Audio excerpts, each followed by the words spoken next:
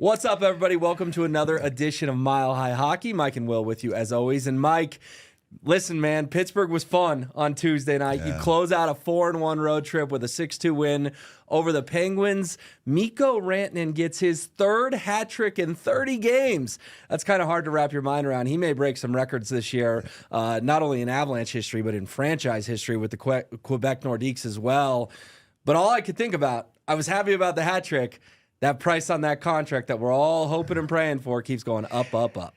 It does, and I am an unabashed Mikko fan. I just think that this is a guy you just cannot lose. I think that there are too many fans out there who think, well, you know, I don't know what they think, that somehow maybe he's a byproduct of playing with Nathan MacKinnon or anything. Mikko Rantanen is a stud. I mean, the dude is a horse. This guy, he's a moose. He is one of, in my opinion, he's one of the top 10 to 12 players in the NHL. You just don't let guys like that go. And I just hope that there's none of this artificial, hey, nobody on the Avalanche can make more money than Nathan MacKinnon.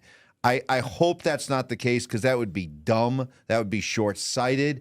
And it would cause this Stanley Cup window to close very, very rapidly. Yeah, Mikko Rantanen rolls out of bed and gets 100 points. Exactly. That's the phase he's at in his career.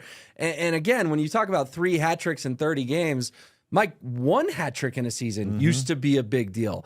This guy's doing it 1 out of every 10 games right now. He's a goal-scoring machine. I actually think he's a better goal scorer than Nathan MacKinnon. MacKinnon's a better player, better distributor. But finding in the back of the net, Mikko is their best goal scorer. I'm glad the goalie thing's gotten figured out, but I think Mikko's next up on the to-do list, and I do think there's a sense of urgency. We had heard the reports in July. It was close, okay? And then we heard at the start of the season, hey, talks are cut off. They're not negotiating during the season. They're upset.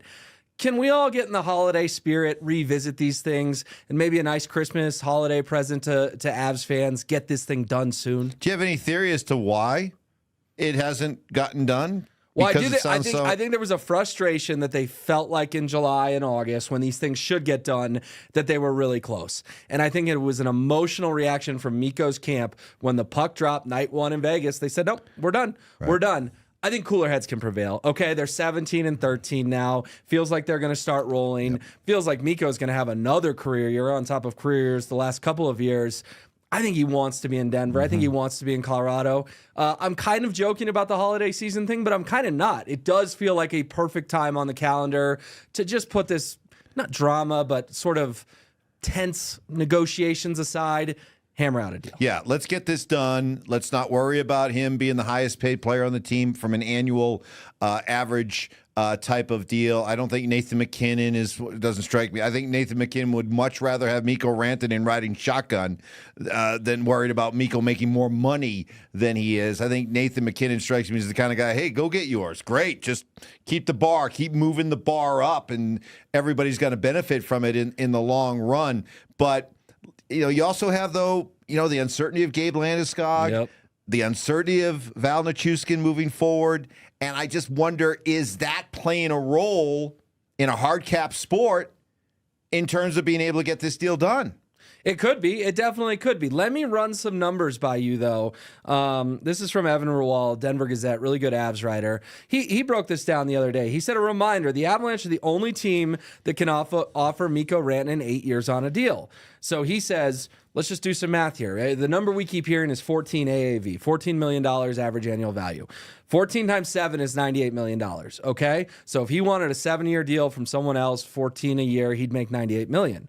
But if the Avs offered him an 8-year deal at $12.25 million a year, guess what? That's also $98 million. And I think that 12.25 would keep everyone more comfortable with the who's the highest paid in the room. What do you think of this theory of they can get it done at 8 years, 12.25? He finishes his career here versus $14 million a year, 7 years on the open market. I wouldn't be scared. I wouldn't be scared by that extra year. By the way, I wouldn't be scared at all about 7 to 8 versus Mikko, because I think Mikko's game is going to age well. Yeah, he's 28. He's 28, but I think he plays the kind of game. Sure, he's big, he's explosive, he's fast, but he's such an intelligent player that I think he's the kind of guy that could lose that proverbial step and still be really effective, just because he's got such a high hockey IQ that I think he'd still be able to be a productive player at age 36 versus age 35. Then again, you know, when you sign these kind of deals, you're doing so with the understanding that last year or two might just not age very well, Will.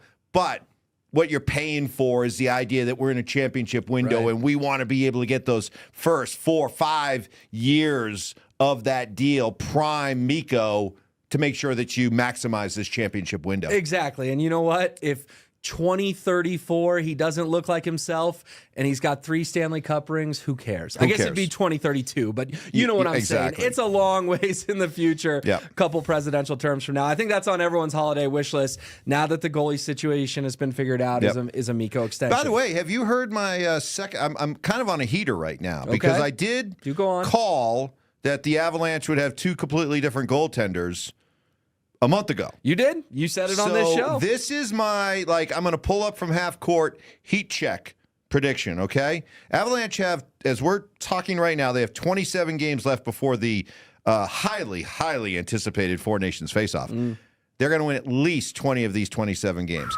This team is going to go on a roll. They're going to get, I think the goaltending situation has really been a big weight lifted off their shoulders. I think this team is now relaxed, rejuvenated, and eager to go out and play winning hockey.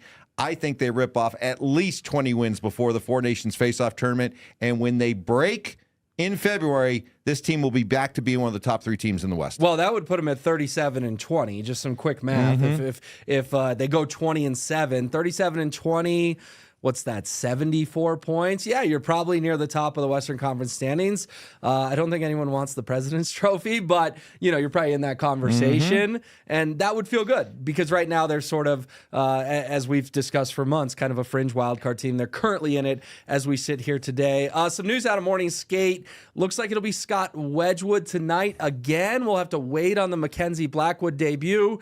Now, I do want to report that Mackenzie Blackwood was there, which is good news because we had heard he was under the weather. So he's in Denver. He's there, but I'm just going to call him Wedgie. Wedgie's hot right now. Why not just roll with Wedgie and then see if Blackwood starts Saturday night against the Nashville Predators? Go with the wedge.